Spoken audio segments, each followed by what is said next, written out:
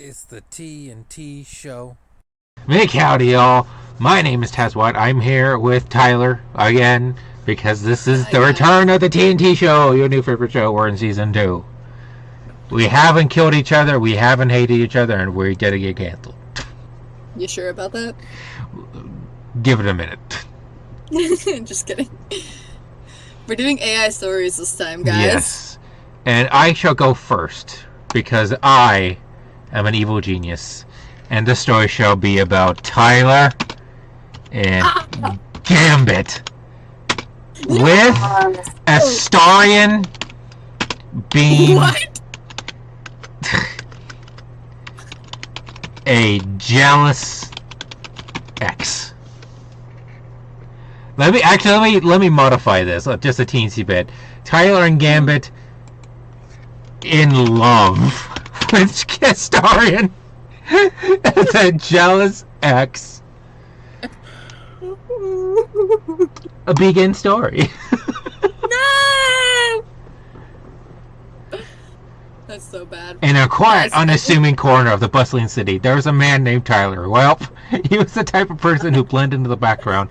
His nondescript attire and mild mannerisms allowed him to glide through crowded city streets without a second glance. That sounds like you. Tyler was a librarian by trade, and we lost it. And his love for the written word was matched only by his passion for a good cup of tea. Actually, that kind of sounds like... This is Harvey! Each morning he unlocked the library's heavy wooden doors with a sense of quiet pride, knowing he was opening the gates to a world of knowledge. Okay.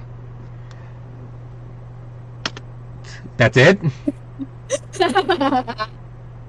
Next paragraph. Never mind. This is my first time here. Yeah.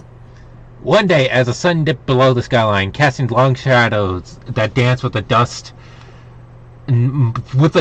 motes. What the fuck are motes? You mean notes? In the library's archaic reading room, Tyler's life took an unexpected turn. A woman named Gambit.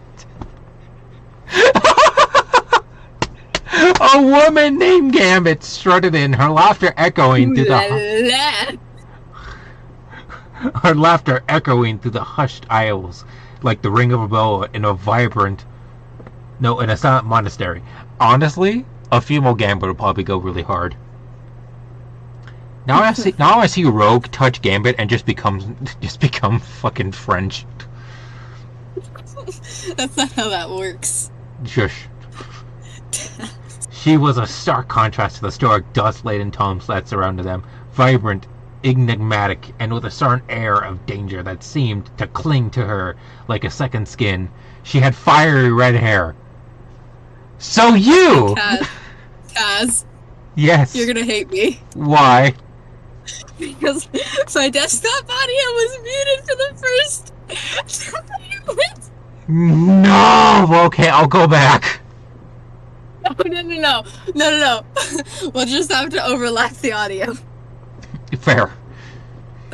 One day. I'm so sorry. Nat, I'm sorry. Yeah. It's Am to you.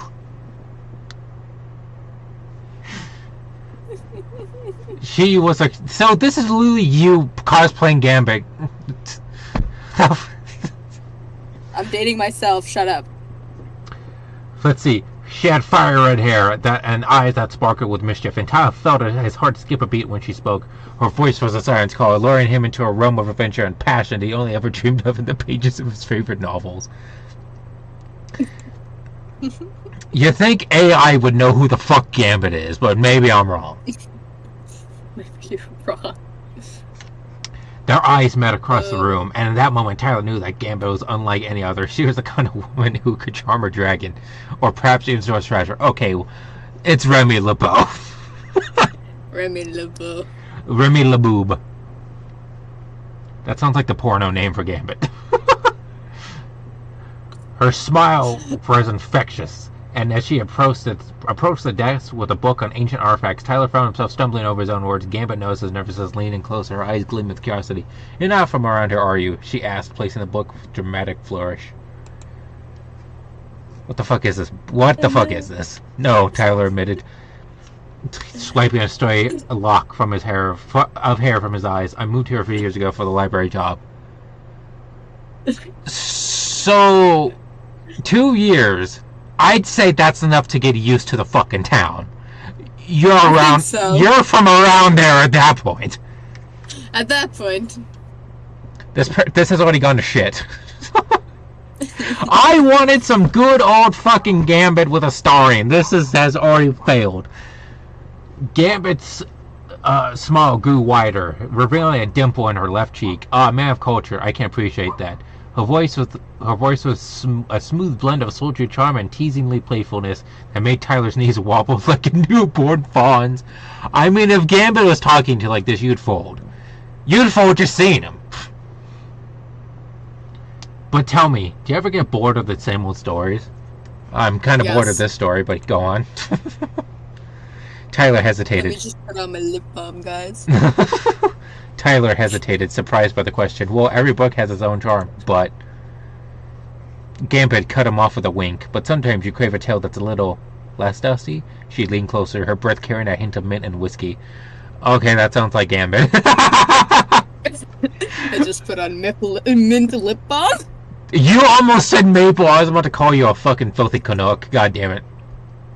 I am a filthy Canuck. Let me tell you a story then. One that's not any of your books. Okay, the whiskey immediately thought, it's just a common courtesy to ask before you start drinking up all my liquor. Who to make a name for myself? Her words painted a vivid picture of the heist gone wrong. A tale of treachery and passion that had Tyler on the edge of his seat. Gambit spoke of jewels that glowed like stars, a castle that moved with the whims of its owner. And a love triangle that could make the most stoic of hearts ache. The story was so captivating that Tyler almost didn't notice the subtle changes in the library around them. The shadows grew longer and the air thick with tension. I'm actually kind of liking this thus far. This has gone from dumb to actually funny. Oh, good. As Gambit reached the climax of her story, the library doors flew open with a bang. And in strode Astarion, a man who was the very essence of the dramatic tale she'd been weaving. Tall, with a build that spoke of raw power and grace, he had piercing eyes that seemed to miss nothing. His presence was like a storm cloud rolling and casting a pall over the room. The moment Astarion laid eyes on Gambit, the atmosphere in the library shifted from one of quiet enchantment to palpable hostility. Okay, so far this is Astarion. Yeah. Will it continue to be a Astarion, or is this going to be an OC that also has a Astarion? Alright. Come on, AI. Gambit's smile faltered for the briefest of moments before she schooled her features into an expression of cool indifference. Well, if it isn't the infamous Astarion, she said, her voice dripping with sarcasm, what brings you to these dusty halls? That wasn't a paragraph, that was 3 sentences. Astarion's gaze flicked to Tyler before staying back on Gambit, his eyes narrowing. This isn't about you, librarian, he said, his tone a warning growl. Wait. Who's the ex-lover here? Am I the ex-lover? Did I get pushed out of here? You're supposed to be the ex-lover for Astarion, but I think the AI thought Gambit and Astarion are the ex-lovers. That explains that this isn't about you, librarian. That's fine. You get nothing. Checks out the fictional characters. I get nothing anyways. I mean, in scraps. That's fine. You see this guy? It's Chris Evans. Not Chris Evans. Captain America. Steve Rogers. Tyler's heart raced as he took in the tension between them. Who was this man, and what history did he show the enigmatic woman who had so easily captured his attention? Yep, you get nothing. I get nothing. He could feel the animosity in the air, thick as fog on a moonless night. Thick as fuck. I should put, what happened next? Optional. They fuck. No! Gambit, Astarion said, his voice low and menacing. We need to talk. That wasn't a paragraph. That was a one sentence. The color drained from Tyler's face as he realized he was in the middle of something he didn't understand. Something that just might be dangerous. But before he could even consider retreating, Gambit's hand was on his arm, squeezing gently. "It's okay," she whispered, her eyes never leaving Astarian's. "This is just an old friend." Damn! Friend zone! Friend? Astarian scoffed. His voice a dark rumble that seemed to shake the very bookshelves. "You think I don't know what you've been up to, Gambit?" His eyes were like chips of ice, cold and unyielding. "Load faster." Gambit rolled her eyes, the tension in her grip on Tyler's arm betraying her feigned nonchalance. "Oh, please, what could you possibly have to say that I haven't already heard?" "I might have to get my special stock out. This is getting good." Oh my god. Astarian's gaze remained locked on her, a muscle in his jaw ticking as he took a step closer. "We had a deal, Gambit," he said, his voice a little thunder. "You don't get to just walk away from it." "What did you say?" Astarian, pick me! "Deal?" Tyler echoed, his voice a mere whisper. He felt as if he'd stumbled into the middle of a plot from one of the fantastical books he'd read. Or he had read, I can't tell. "It's nothing," Gambit said, her tone a forced casualness that didn't quite reach her eyes. She gave Tyler's arm a reassuring squeeze, but her grip was tighter than before. "Just a little misunderstanding." "When are we going to get to fuck?" No fucking. Astarian's gaze never left hers, and Tyler could feel the intensity of their history like a physical force. "You know what's at stake," Astarian said, his voice dropping into a dangerous murmur. "You can't play games with this. Not with me." I just got a tingle. Gambit smiled. Sounds actually very much like Astarian, It I'm not does. gonna lie. At least they got one thing right. Gambit's smile grew brittle. "I'm not playing games," she replied, her eyes flashing. "I'm living my life, and that doesn't. If that doesn't fit into your grand plans, well, I'm sorry for your loss." "Load faster, come on. It's getting good. Load! Hurry! Think!" Think faster. Astarian's eyes narrowed, and for a heartbeat, Tyler was sure he could see the fury coiled in the man's chest. "Right at a pound. You'll regret this," he said, a voice a promise of retribution. "I doubt it," Gambit retorted, her smile never wavering. "But if you insist on making a scene, do try to keep it interesting." "This is interesting. Please keep going." "Take your shirt off." With that, she turned her back on Astarian, tucking Tyler along with her. Tyler couldn't help but glance over his shoulder as I moved away from the desk, his heart pounding in his chest. He'd never seen anyone so brazenly defy someone obviously so dangerous. Astarian's eyes remained locked on Gambit, and Tyler felt the weight of his gaze like a physical force. I think this is just... I think that this is just Astarian. Next paragraph. We'll go a couple more paragraphs, and then we'll probably go over to yours. Keep this a short, sweet video. They found themselves in the quiet of the history section, surrounded by the comforting scent of aged paper and leather. Gambit took a breath, her shoulders visibly relaxing as she pulled Tyler into the shadows between two towering bookshelves. "Thank you," she murmured, her voice a mix of relief and amusement. "I didn't expect to see him here." "Think faster!" Tyler stared at her, his mind racing. Who is he? The hottest vampire in all of Baldur's Gate. And can I take him? Can I have both of you at the same time? Gambit sighed, her eyes lingering on the spot where Astarian had stood. "An old acquaintance," she said, her voice tight. "Someone from my past. What should happen next? Optional." 12 hooker gangbang. Would they actually do that? 12 vampire hooker gangbang. Oh my god.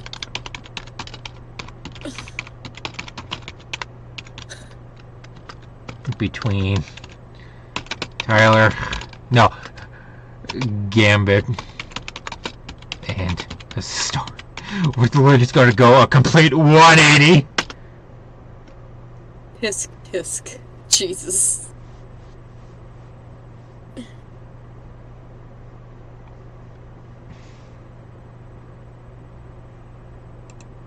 Taz? Oh wait, sorry. I was trying to see if it would work. Tyler felt a cold knot from in his stomach. What kind of acquaintance? He pressed, unable to keep the jealousy from his voice. Oh! Gambit's eyes searched his, and she must have seen the turmoil in them because she sighed, her hands lined up to cup his cheek. That kind of, like, the kind that doesn't matter anymore, she said softly. The kind of left behind. Damn. Good. How do you just leave You're the starring mine. behind? Tyler nodded, trying to convince himself that he believed her. He didn't know much about a starring, but he knew one thing for certain: the man was dangerous, and Gambit was playing with fire. But the way she looked at him, with those emerald eyes full of warmth and mischief, made him feel like he could conquer the world at her side. All right, they lost me. As soon as they said emerald, I'm like, Gambit doesn't have green eyes. All right, we're done. Let's go to yours. Alrighty. Gambit, the X-Man he is, ex-Taz the man, a fight for Taz's heart. When Johnny Storm saunters in, can he steal Taz's heart? Oh my god. Here we go. Begin story. Will it know who Johnny Storm is? Ooh. Okay. How do I do this? Next paragraph. Gotcha. Okay. You're not gonna believe this, Gambit said, his Cajun accent thick. God damn it, come on! Molasses. But I swear on all the cars in New Orlando's, it's the truth. So you get Gambit, but you get the real Gambit, and I don't? You get cosplay version Gambit. The crowd at the Mutant Haven, a bar that had seen its fair share of oddies, leaned in closer, their eyes glistening in curiosity. Gambit's tall, lanky frame was propped against the bar, a half-empty bottle of beer in his hands, the sleeves of his black and red jacket rolled up to reveal his tattooed arms. Black and red jacket? Write that down. That might be a good look for Gambit. Write that down. Let me write. Keep going. I'll write down for you in Discord. Okay. His cards danced. In the other hand, a silent promise of the tales he could weave with them. Taz, the bar bouncer. I wish I could be that thick. The towering mountain of a man with fur as blue as a peacock's neck.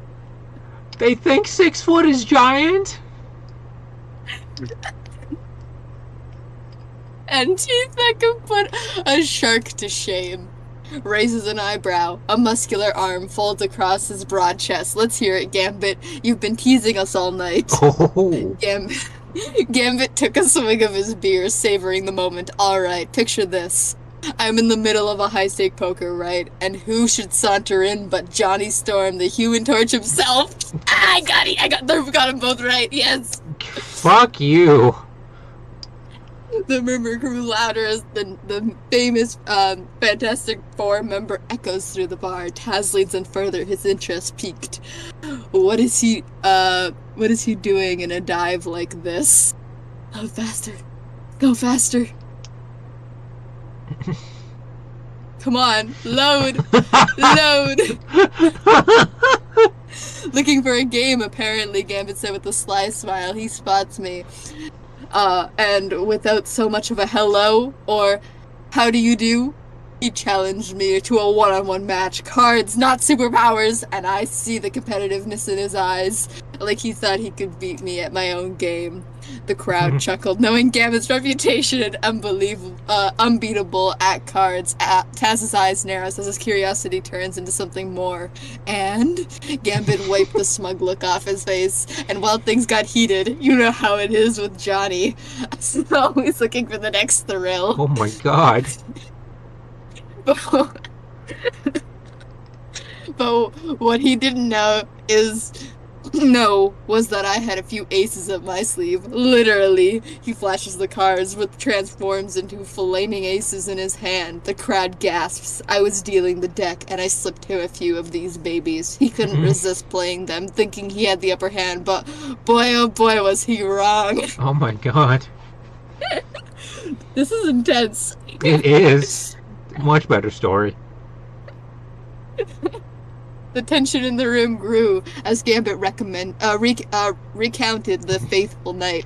The pot grew so big, you could have bought a whole bar with it. And then, the moment of truth, I laid down my hand. Johnny, being the show-off he is, declares victory before he even saw what I had. But when he looked down, his eyes widened as saucer. His eyes went wide as saucers. I can't read, guys. I had a royal flush of fire, baby. He was toast. A roar of laughter erupts from the crowd, slapping their hands on the table and the bar. Taz couldn't help but chuckle, his deep belly laugh echoing through the bar.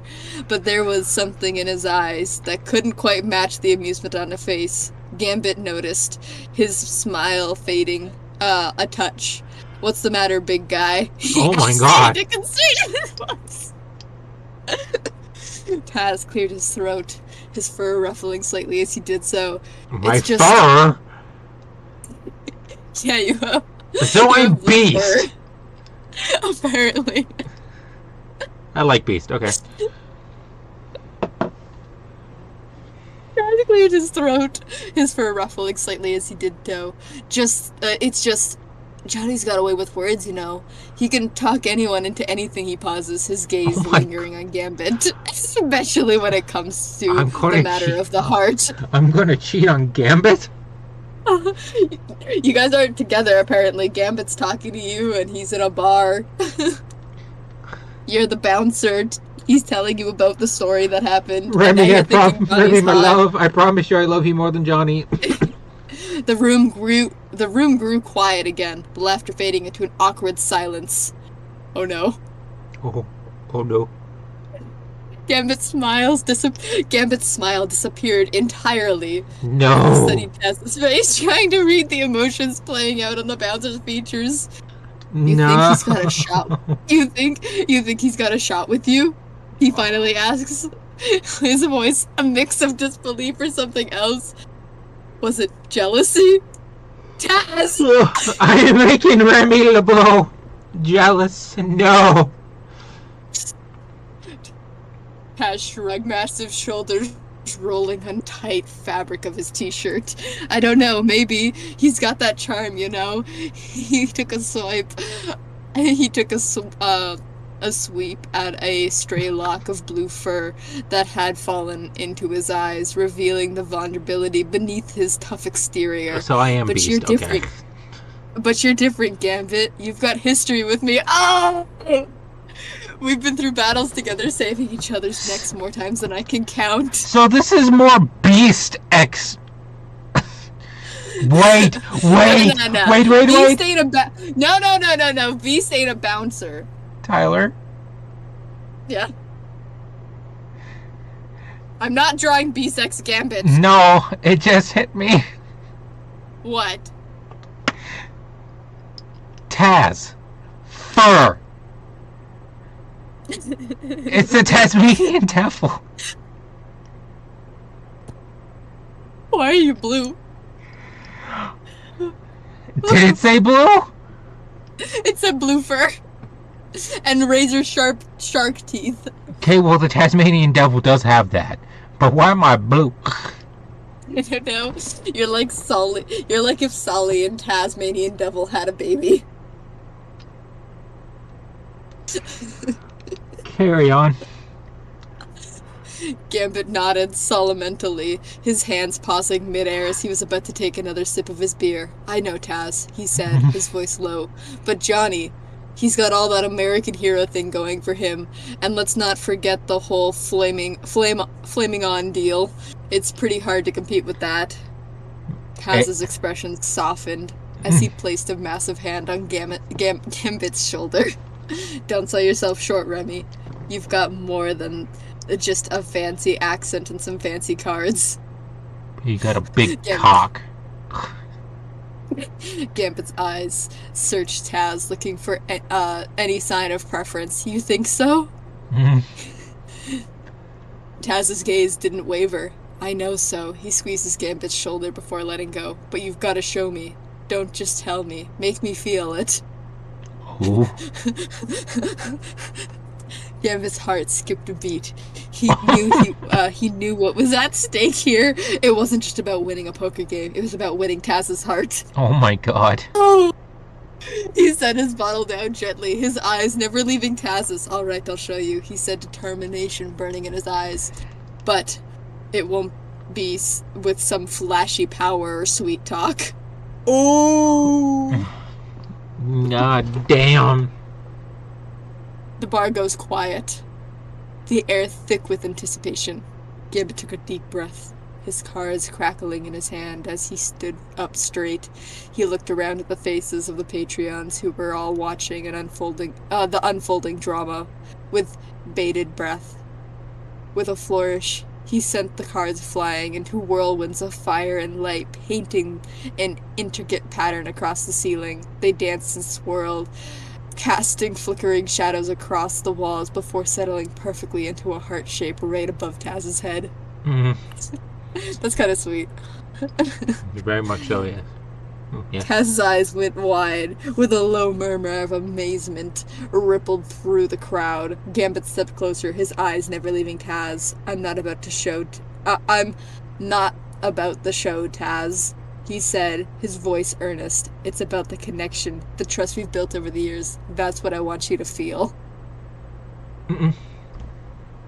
Taz's hand reaches up to touch the heart made of flaming cards. His fur didn't catch fire, a testament of his own mutant powers. He looked back at Remy, his expression a mix of surprise and something deeper. I do feel it, Remy, he says softly. But Johnny... But Johnny what? The door to the mutant haven swung open, and there stood Johnny Storm. His flaming hair and eyes alight, casting a fury glow across the room. The crowd parted for him, and all eyes turned to the new arrival. He spots Gambit and Taz, a knowing smile playing on his lips. Well, if it isn't the Cajun card shark, he called out, his voice dripping with charm. Gambit's hand tightened around his cards and fired them. Gambit's hands tightened around his cards, the fire in them dimming slightly. He didn't miss the way Taz's gaze flickered to the newcomer, a hint of excitement in those blue depths. Look what the wind blew in, Gambit said, his voice casual, despite the tension coiled in his chest. Johnny Storm sauntered over, his flaming footsteps leaving smoldering trails on the floorboards. He winks at Gambit before turning his full attention to Taz. I heard you were holding count, big guy, he said, slapping Taz on the back. Mind if I join the party? He couldn't help but smile at the familiar banter. You're always welcome, Johnny, he said, his voice warm. Gambit felt a twig of something sharp in his chest, watching the easy camaraderies between them. Johnny slid onto the bar stool next to Gambit. Oh! Wait. His eyes gleaming with mischief. So what's the story here? He nods at the heart-flaming cards above them. Looks like someone's trying to make an impression. Oh my god. This is good shit, actually. It is. You have a minute before we have to end it. Oh shit. Gambit forced a smile, a hand sliding to the bottle of his beer bottle. Just a friendly competition, he said, his voice tight. Load faster! Johnny's eyes flickered to the heart. To Gambit and back, understanding drawing. Ah, so that's what this is. He leans closer to Taz, his grin widening. Well, if it's a battle for your heart you want, Gambit, then you're going to need a few more tricks up your sleeve. Ooh.